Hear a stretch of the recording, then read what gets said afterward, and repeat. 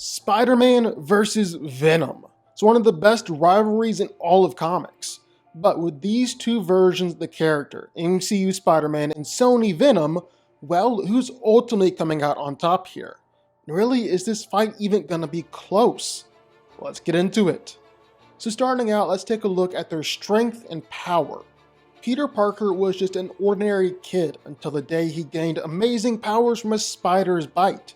Since then, he has dedicated his life to fighting crime and protecting the innocent as Spider-Man. As if that wasn't enough, he eventually caught the eye of billionaire Tony Stark, who would give Peter the chance to become one of Earth's mightiest heroes as a member of the Avengers. Although that might sound like a lot for someone still attending high school, Parker's up to the task. After all, he understands that with great power comes great responsibility. After Peter was bitten by a spider, he gained the proportional strength, speed, and durability of a spider, and is actually one of the most physically powerful heroes in the whole MCU, especially when he's going all out. Spider-Man way outclasses your typical super soldier. He's been able to deal with Iron Man or even Hulk level threats like Cole Obsidian, or even staggered Giant Man and Thanos. And when he really lets loose, he's able to put an absolute beatdown on villains like Green Goblin. But let's talk about Venom here for a second. The big guy is crushing cars just by running or jumping on them, with what looks like just no effort on his part. He's been able to easily take down all these SWAT guys. They were nothing compared to Venom, but that definitely isn't his max. No, not at all. Now what really comes down to is his fights with Riot and Carnage. Now, both of these guys are clearly stronger than Venom, I'm not going to argue that. Riot's out here tearing up spaceships, Carnage is literally leaving, well, carnage everywhere he goes. Both of them are stronger than Venom.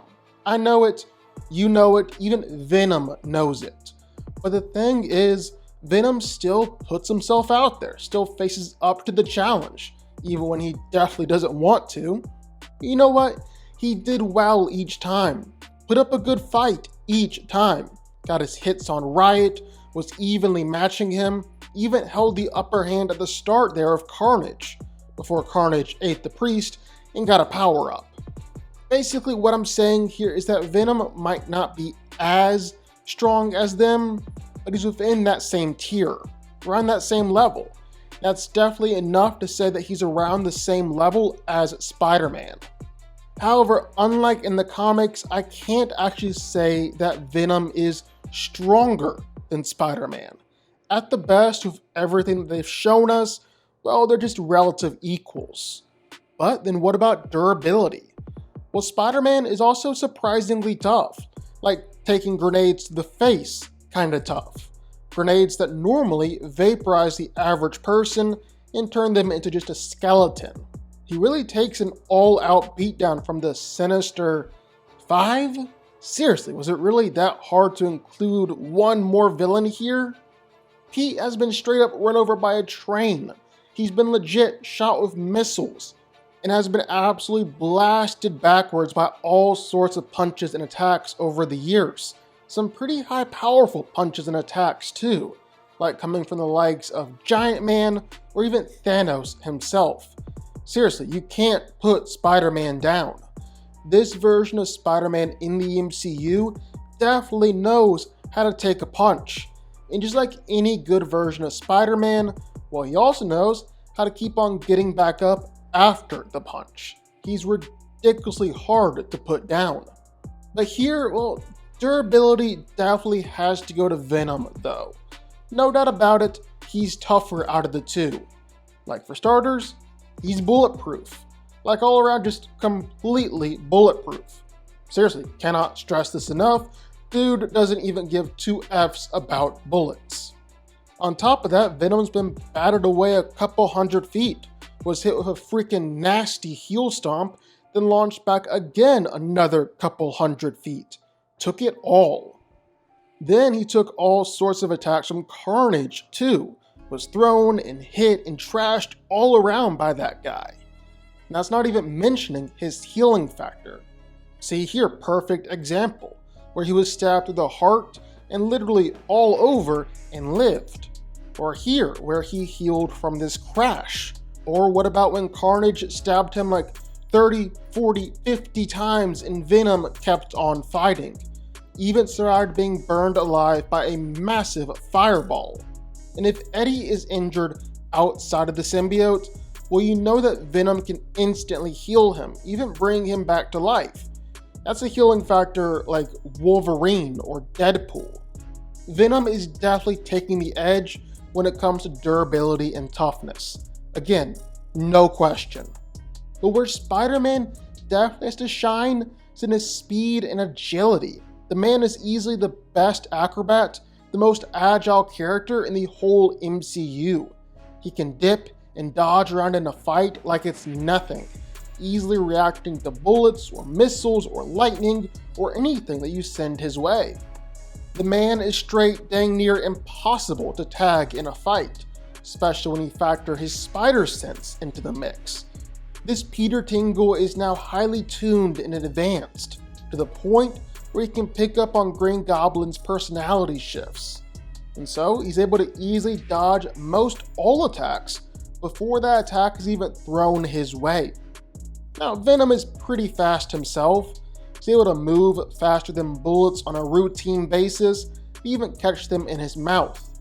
But I don't think he's necessarily faster than Spider-Man, and I definitely don't think he's more agile than Spider-Man. That point has to go to Pete.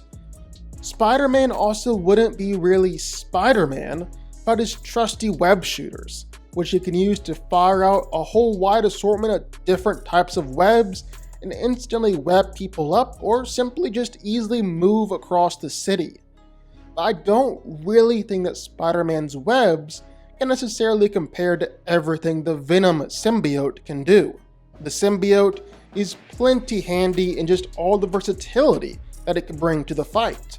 He can shoot out a lot of tendrils all around him, and as Eddie and Venom are a perfect bond where they can actually fight as a pair, the tendrils really come in handy.